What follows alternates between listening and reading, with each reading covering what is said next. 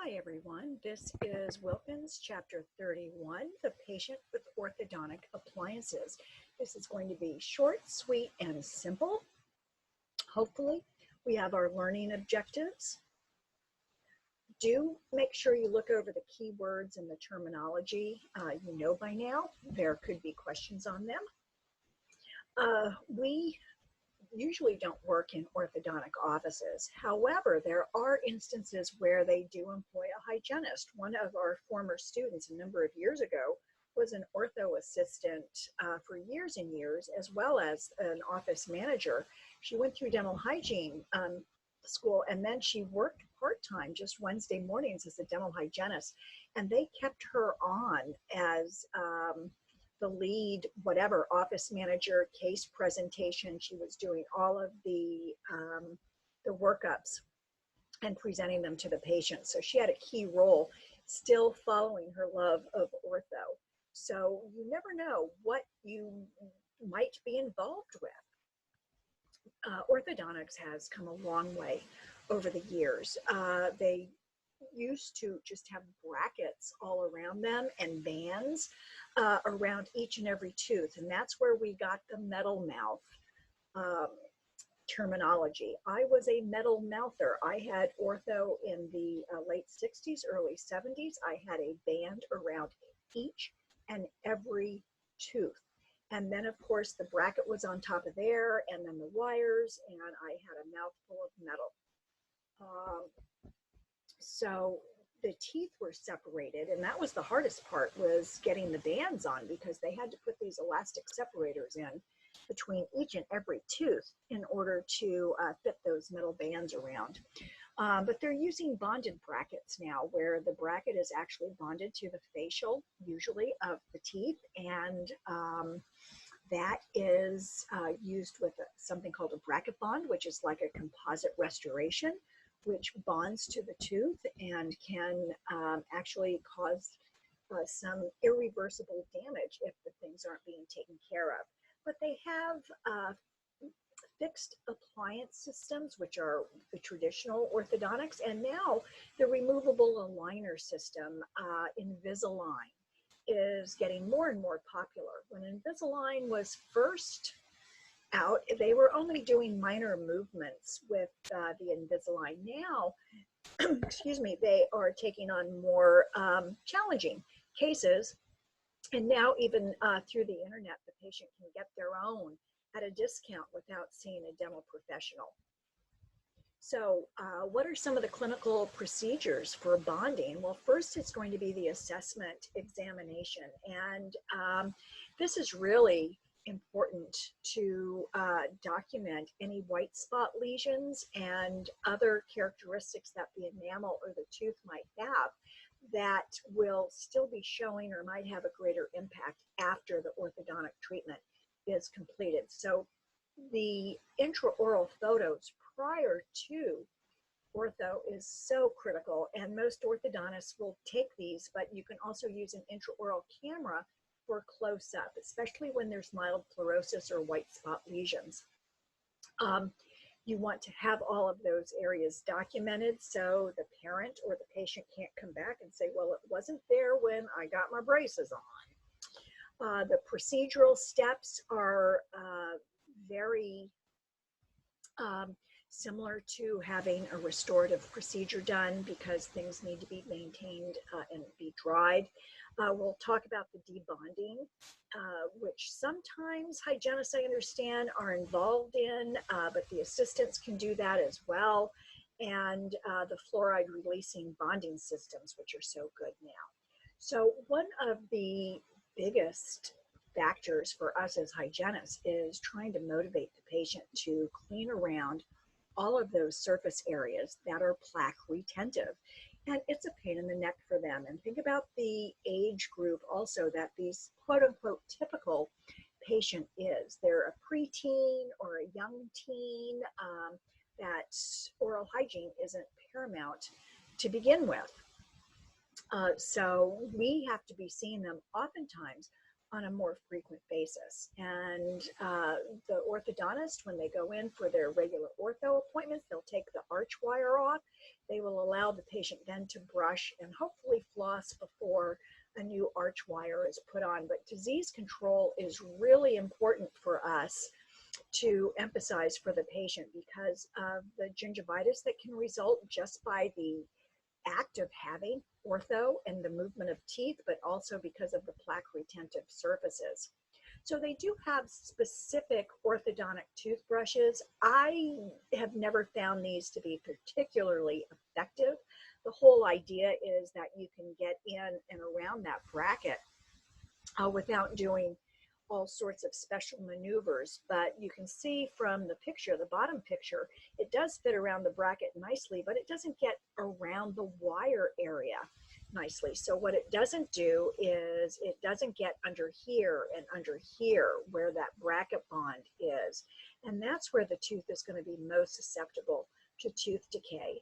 So I personally like a smaller manual toothbrush, and then you can go into the Charters method for them to work along this end, and the Bass method for up here, and then they have to do the gingival area as well. So they're really doing 3 separate techniques. Some of the power brushes that are out have orthodontic heads, which are a little more flexible as well. Excuse me, and by not having the bristles so densely packed, you can, the bristles can kind of bend a little bit and flex, but you can see all the various areas that the ortho patient has to do. And this is really the most effective way of doing a thorough cleaning. So this is the Bass, up here is A, okay, and B is the Bass method. Then you've got C, which is the Charters, because you're angling it towards the gingival, I'm sorry, D is towards the occlusal or incisal surfaces. And that takes quite a bit of motivation.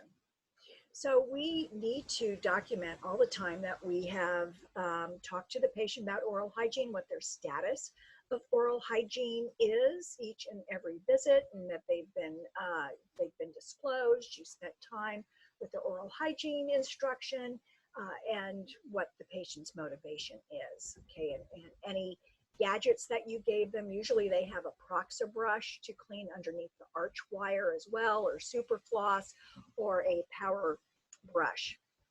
But at the completion of therapy, you need to, again, educate the patient, because they're going to be brushing their teeth differently now because they don't have those arch wires on and the brackets.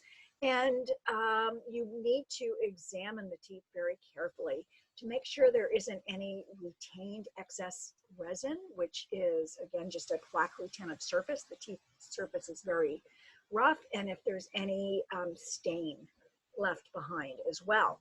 Normally, after the patient gets the orthodontic treatment taken care of, they then say, go back to your dentist and get your teeth cleaned. And then the hygienist is involved with trying to get a lot of that excess resin off.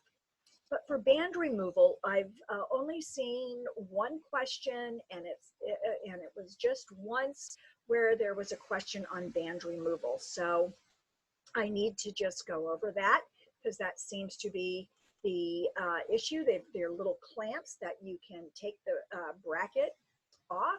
And the book states, and it's true, you don't want to twist it because you could break the tooth. So band removal, you do not twist. This is something that assistants aren't supposed to do. I have heard that some assistants do, but this is using a high-speed handpiece, and they have special tapered finishing burrs where you can actually drill off the resin. Now you can see that this kind of looks like a gauze strip here, okay? And what they do is they smooth all that down. This stain here that you can see on the lateral incisor is stain that has built up around the bracket bond. So the bracket bond is taken off, so this needs to be scaled off as well. Sometimes the technique is not done properly and there's a lot of bracket bond left, or the resin is left. Sometimes they go through the enamel and they actually pit the enamel and make little divots in it, which is very disheartening because it's not going to grow back. So this is what it looks like when you're using a slow speed handpiece. It also is similar to what it looks like when you're using your scaler.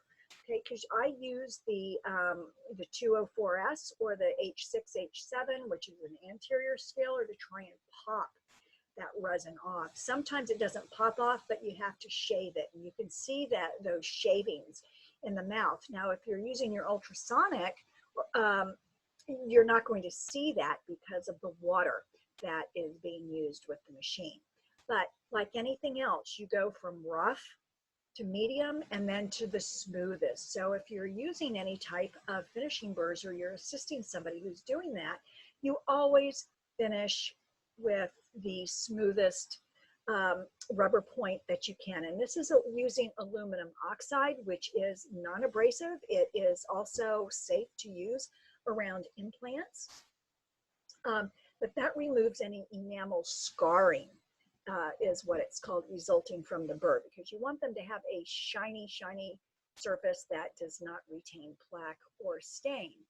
Again, they come in different shapes and sizes and abrasiveness. You've got your greenies, your browns, your super greenies, and your aluminum oxide. And you'll get into this a little bit more in dental materials, all right? But again, you start with the burr, or the dentist will start with the burr to drill off that, and then they will finish by trying to polish the enamel.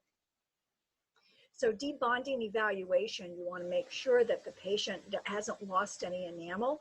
You're looking for demineralization or white spots. Hopefully they've been documented that they were there before the ortho. You're looking for etched enamel that wasn't covered by the adhesive, and those are just the beginning of decay. You want to put a fluoride varnish on these patients because the area that was bonded oftentimes doesn't have the advantage of having fluoride for the time that they had their orthodontic treatment. And the retention phase after the ortho, active ortho, is something that, again, depending on the age of the student that's doing this, might not be cooperative with. The chance of collapse is great if the patient doesn't follow the retention phase, because the teeth always want to move back to the position. Okay, remember those circular fibers and those transeptal fibers, they have memory. So the teeth want to go back. So this retention phase is critical. So what some of the orthodontists are doing is actually placing in a bonded lingual bar, so there isn't something that has to be taken in and taken out. But the removable retainers, especially for the maxillary, needs to be removed. They need to be cleaned. You need to be checking that mucosa under the appliance, because they can get similar to what full dentures are. They can get a stomatitis under there, and it needs to be kept wet. So the retainer case needs to have a little bit of water in there, so it can have 100% moisture, so it doesn't distort. But again, when you're wearing a retainer, think about that plaque retentive surface that's in the mouth. It's covering the entire palate as well as the wire portion. For the debonding preventive care, you are doing, not you in the ortho office, you as the hygienist will be doing a periodontal evaluation. Oftentimes there's some gingival overgrowth or hypertrophy because of the orthodontics. So you need to really work on them with using a rubber tip stimulator or a power brush to massage and stimulate and do a thorough biofilm removal along the gingival margins, so those the tissue can respond and shrink. You're looking for dental caries, not only occlusal, but where were those brackets? And hopefully the patient's been using some sort of fluoride therapy, additional fluoride therapy throughout their orthodontic time. They've been seeing you every 3 months. You've been giving them a fluoride varnish. They're using fluoride, the neutral sodium fluoride at home, and or some sort of a fluoride mouth rinse so that they are well protected. You, again, We're going to be documenting everything, especially about the oral hygiene and what you've recommended for the patient. There is oftentimes calculus remaining even on a teenager subgingivally, because if they've got traditional ortho, you have to try and get your curette or scalar above the bracket and underneath the bracket, and there's that no man's land that just you can't oftentimes overlap adequately. So the first cleaning after ortho and bracket removal can be pretty intense for you, the hygienist. Because of the amount of calculus, I have spent more time trying to remove excess resin. And sometimes I've even sent the patient back to the dentist because there's just been so much of it. And it's like, I've only got 40 minutes to clean, say, this teenager's teeth, and it's taken me almost 40 minutes, and I've only cleaned 3 teeth because of the amount of bracket bond. That's when I say, you know, it's not our responsibility to remove it. Go back, have the orthodontist do that, come back, I'll clean your teeth, no charge because I've already used that appointment. But so work with your employer if you find those situations occurring a lot, because your employer might need to have a talk with their referring orthodontist. So our goal and our role is to have the patient be able to take optimal care of their oral hygiene and their teeth during the time that they have ortho as well as after. So we're a big fan of the power brushing with ortho patients. The Oral-B has great ortho brush heads. Water picking is wonderful, having some sort of water jet device. We can't expect patients to be flossing all the time, nor is it even as effective. Think about that bracket and the wires and everything. Sometimes there's still a lot of crud left in there, and it's amazing after a patient brushes and flosses, then goes in with the water pick, what they will find, okay? So you're going to customize what the patient is doing. Oftentimes I'm bringing the patient in every 3 months, and even sooner than that. I had one child coming in every 4 to 6 weeks to see me because he just refused to take care of his teeth. So the parents were saying, fine, this is what we'll do.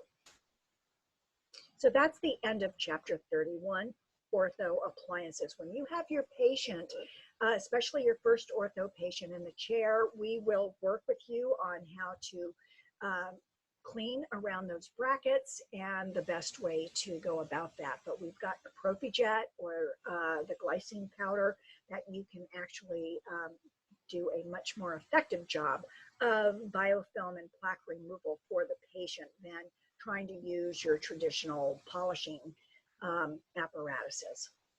So that is the end of chapter 31.